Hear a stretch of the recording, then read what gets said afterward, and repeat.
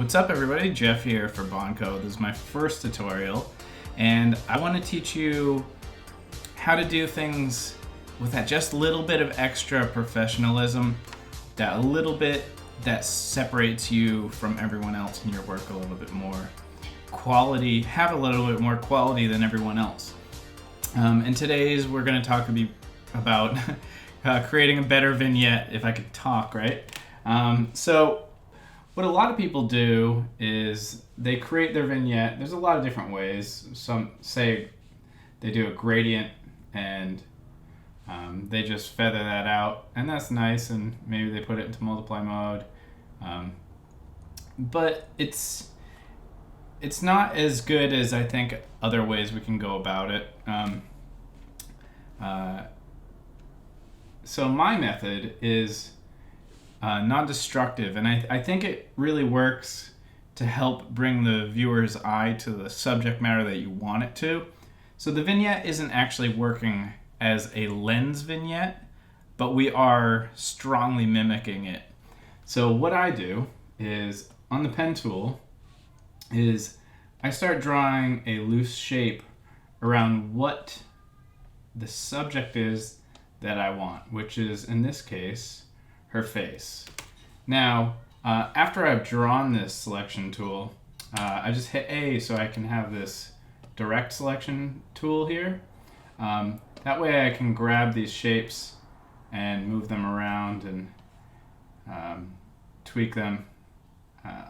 Man, I always fight with these. They're so annoying. I wish they could make bigger handle buttons there.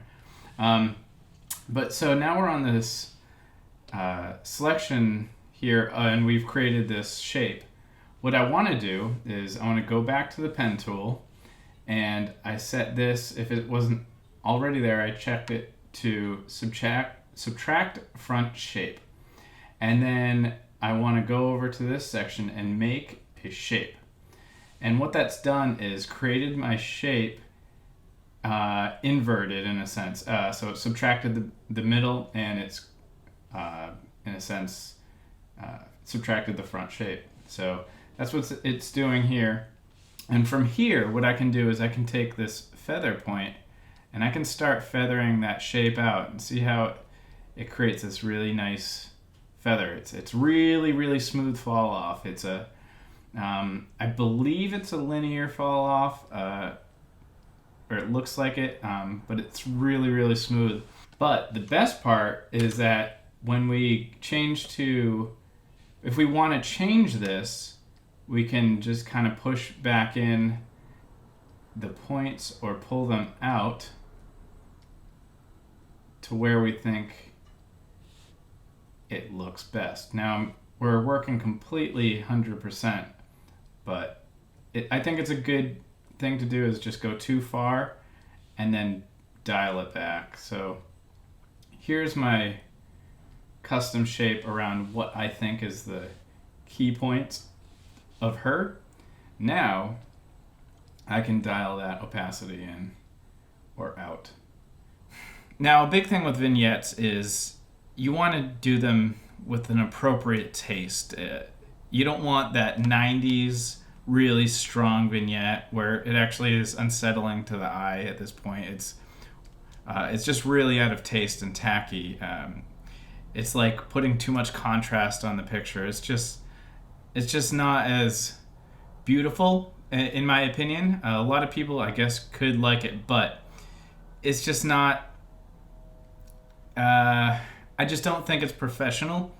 If you look at real good photographs like Vogue magazine or anything, Sports Illustrated, what have you, National Geographic, they don't put a super strong vignette. It's almost like you don't notice it.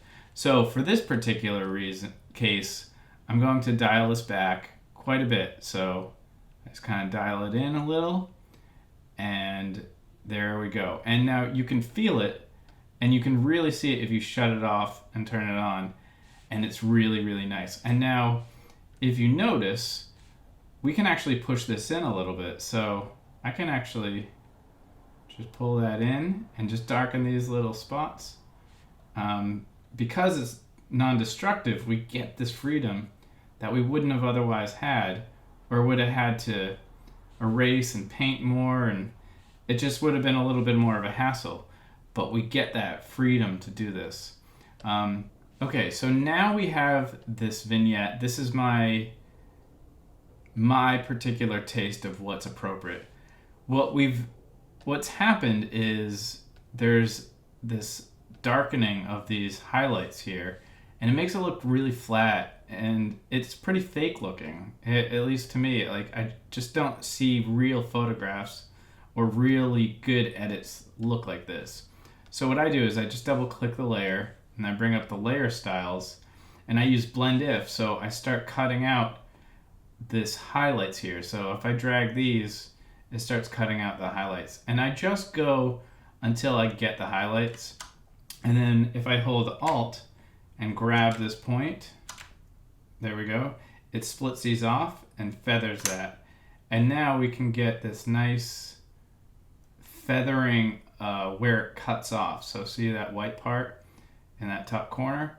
We can kind of feather that in, and that is a beautiful, beautiful like leak in a sense. It's a little noisy because I have a little bit of grain in this photo. So if we want to tweak that, we can just blend it more. There we go. There. Now that is a nice blend. You can see these highlights are really, really still peeking through, and it just looks so much better. And at any point, we can just, we can change the color, which is another thing, which is another great reason to use this shape here, because, you know, not everything is always black. For instance, we can take, let's shut off the layer for a sec and double click. We can actually select the black levels of the photo, let's say right here. It's like a little blue black. Now when we turn it on, that vignette is actually matching the photo's quality and tones. So you're not really finding anything that's super out of place. It's just very, very accurate and super professional. So that's it for the vignette, but I do want to throw in one more little technique of what I do to create a vignette really quickly. That's a really nice, smooth vignette. And let's shut this off. And what I do is I create a new vignette, a new layer, and I fill that with white with Control Delete, which is my background layer.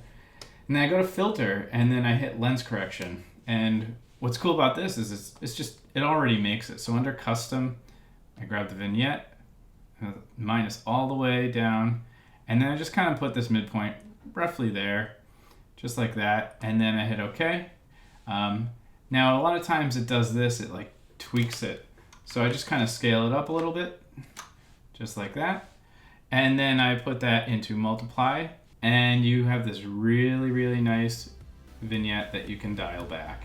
And I do that for everything that is very quick and dirty, and I think it has a really nice result, but not as nice as this. Alright guys, so that's it for today, and if you want to see anything or any of my work that you're curious how I did it, let me know and I will see what I can do. Check out my Instagram. Talk to you guys later. Peace.